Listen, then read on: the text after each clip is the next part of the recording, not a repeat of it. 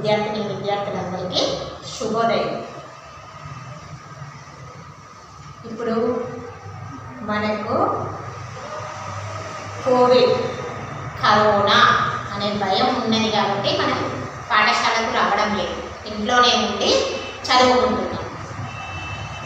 అయితే మీరు ఇంట్లో ఏం చేయాలి అంటే చేతులను ఎప్పటికప్పుడు శుభ్రంగా కడుక్కోవాలి. సోప్ పెట్టి శుభ్రంగా మంచిగా కడుక్కోవాలి. బయటకు ఎక్కువగా వెళ్ళకూడదు. ఒకవేళ అతి అవసరమైతేనే బయటకు వెళ్ళాలి. బయటకు వెళ్ళినప్పుడు ఏం చేయాలి? మాస్క్ కంపల్సరీ పెట్టుకోవాలి.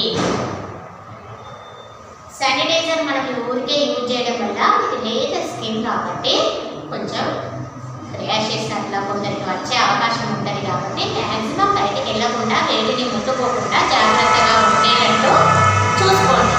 మీకు ఏదైనా అతి అవసరమైతే మాత్రమే బయటకి. బయట ఫుడ్ ఎప్పుడూ కూడా తినద్దు.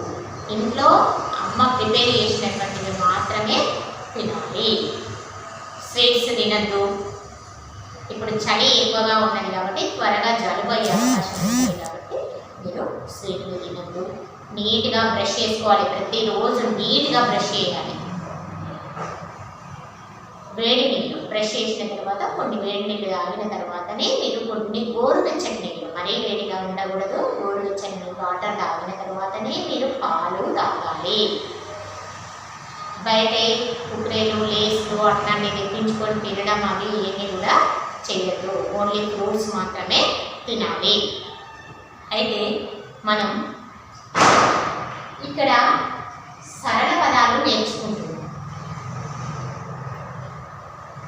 సరళ పదాలలో మనం ఏం చేశాము అని అంటే ఊ వరకు నేర్చుకున్నాం. ఊడ, ఊయల నిన్న నేర్చుకున్నాం. మనం ఈరోజు మిగిలిపోయినటువంటి కొన్ని పదాలు అన్నీ ఒకేసారి చెప్తే మీకు గుర్తుండవు, రాయడం చదవడం రాదు. ఇప్పుడే నేర్చుకుంటున్నారు కాబట్టి చిన్న చిన్నగా నేర్చుకోండి. రూతోని పదాలు నేర్చుకుంటాం. రూ తర్వాత రూ వస్తుంది. రూ ఫస్ట్ రూతోని పదాలు ఋషి, రుణం. ఋషి, రుణం. ఋషి అంటే మీకు తెలుసు, ఏదైనా తపస్సు చేసుకుంటూ అక్కడ మనకు బొమ్మ ఇస్తారు. తపస్సు చేస్తూ ఉంటారు కూర్చొని, ఇట్లా పెంచుకొని ఇట్లా కూర్చొని కొన్ని సంవత్సరాల వరకు తిండి అవి లేకుండా, అన్నం అవి లేకుండా తపస్సు చేసేవాళ్ళు. అడవులలోకి వెళ్ళి తపస్సు చేసేవాళ్ళు. ఋషి అంటారు ఆయన. తర్వాత రుణం. రుణం అంటే అప్పు. ఎవరి దగ్గరైనా అప్పు తీసుకోవడాన్ని రుణం అంటారు తెలుగులో. తర్వాత మీరు ఏం చేయాలి? ఈ రెండు పదాలు రెండు మాత్రమే ఉన్నాయి రూతోని. తర్వాత రూ తర్వాత వచ్చేది రూతోని పదాలు లేవు కాబట్టి మీరు ఏం చేయాలి? రూ రాసిన తర్వాత 1 లైన్ పీరియడ్ ప్రతిరోజు చెప్తూ ఉన్నాను. ఏ అక్షరంతోనైనా పదాలు అయిపోయిన తర్వాత ఏం చేయాలి? 1 లైన్ పీరియడ్. అట్లా అయితే ఏంటి? నోట్బుక్ అందంగా కనబడుతుంది. ఈ పదాలు ఇవి, ఈ పదాలు ఇవి అనేటివి క్లియర్గా చూడగానే కనబడుతుంది. తర్వాత ఏ ఏరా, ఏ పక్కన ఏం రాయాలి? రా రాయాలి. ఏరా, ఏ చ ట, ఏ చెట్ట. ఏ రాసిన తర్వాత ఏ చిన్న రాయాలి, చ రాయాలి, ట రాయాలి. ఏ చెట్ట. ఏ ద మ, ఎడమ. ఎరా. ఎరా అని అంటే ఏంటి అంటే మీరు ఎప్పుడైనా చూసారా? ఫిష్లు పట్టే వాళ్ళు ఇట్లా చేస్తారు. ఈ వలలు వేయడం కాకుండా ఈ విధంగా ఒక ఇనుప తీగతోని ఈ విధంగా చేసి దానికి ఏం చేస్తారు? ఎర్త్వామ్స్ అంటారు. మీరు ఎర్త్వామ్స్, ఎర్రలు లేకపోతే కప్పలు పెట్టి దారం కట్టేసి దాన్ని వాటర్లో వేస్తారు. వాటర్లో వేసి ఇట్లా అనగానే ఆ ఎర్రలు ఇష్టం చేపలు. ఆ ఎర్రను పట్టుకోవడానికి, తినడానికి వచ్చి ఏం చేస్తుంది? అది దానికి పుచ్చుకొని నోట్లో పుచ్చుకొని ఈ విధంగానే ఆగిపోతుంది. ఆగిపోయిన తర్వాత ఇది తీసి ఆ చేపను ఫిష్ని తీసుకొని వేసుకొని మళ్ళీ ఒకటి పెట్టి మళ్ళీ వేసుకుంటారు. ఆ విధంగా ఫిష్లు పడతారు. ఇప్పుడు జాడలు ఏం చేస్తారు? పెద్ద నెట్ వల వేస్తారు. వల వేసి అందులోకి పచ్చిమిరపకాయని తీస్తూ ఉంటారు. మీకు కూడా మీరు ఏదైనా పని చేయాలంటే ఏం చేస్తారు? చాక్లెట్ ఇస్తారు. మమ్మీ అంటారు ఈ పని చేయి నాన్న చేసేది నీకు చాక్లెట్ ఇస్తా. చాక్లెట్ మీకేంటిది ఎరా, ఆ పని చేయడానికి మీకు ఏం వేసుకుంటారు? చాక్లెట్.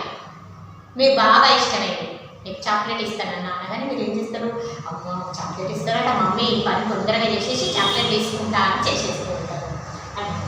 ఎరా ఎచ్చట, ఎచ్చట ఎక్కడ మనం అడుగుతూ ఉంటాం, ఎక్కడ అని అడుగుతుంది చూడండి, ఎచ్చట.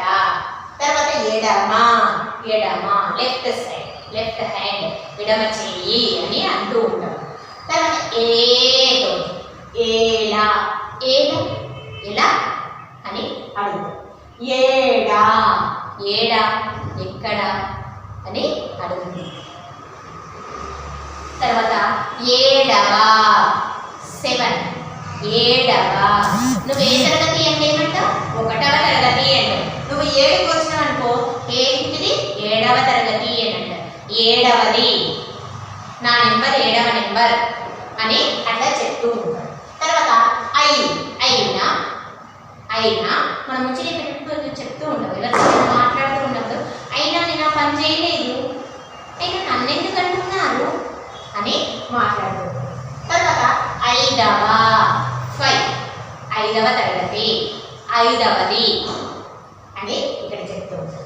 అయినదట, అయినదట ఆ పని అయినదట, నేను వెళ్ళిన పని అయినది అని ఇంకా మాట్లాడుతూ ఉంటాము.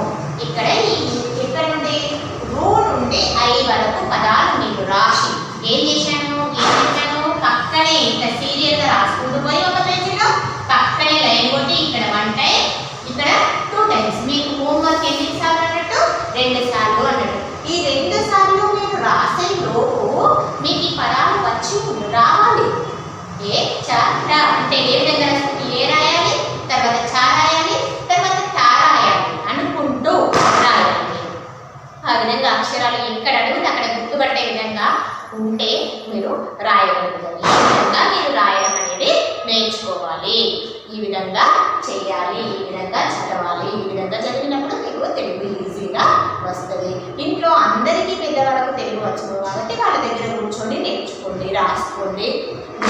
కష్టపడి పదాలు నేర్చుకున్నట్టయితే మీకు తర్వాత క్లాస్లో, మీరు తర్వాత 2వ తరగతికి వెళ్తారు కదా, అప్పుడు చదవడం రాయడం